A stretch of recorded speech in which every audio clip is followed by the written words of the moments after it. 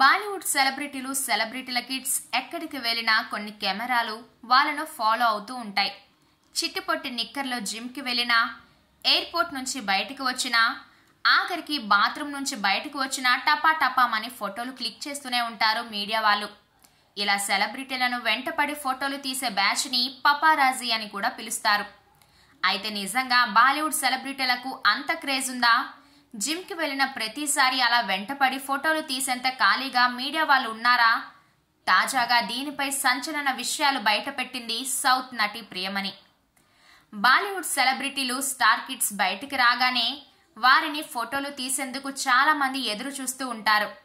అలా ఫోటోలు తీసినందుకు వారికి బాలీవుడ్ వాళ్ళే డబ్బులు ఇస్తారని షాకింగ్ కామెంట్ చేశారు. పైగా అక్కడ అది కల్చర్ అని, ఇప్పుడు టాలీవుడ్ లో కూడా అలా మొదలైందన్నారు. కొంతమంది డబ్బులిచ్చి మరీ ఫోటోలు తీయించుకుంటున్నారంట అంటూ చేసిన సెన్సేషన్ కామెంట్స్ వైరల్ గా మారాయి.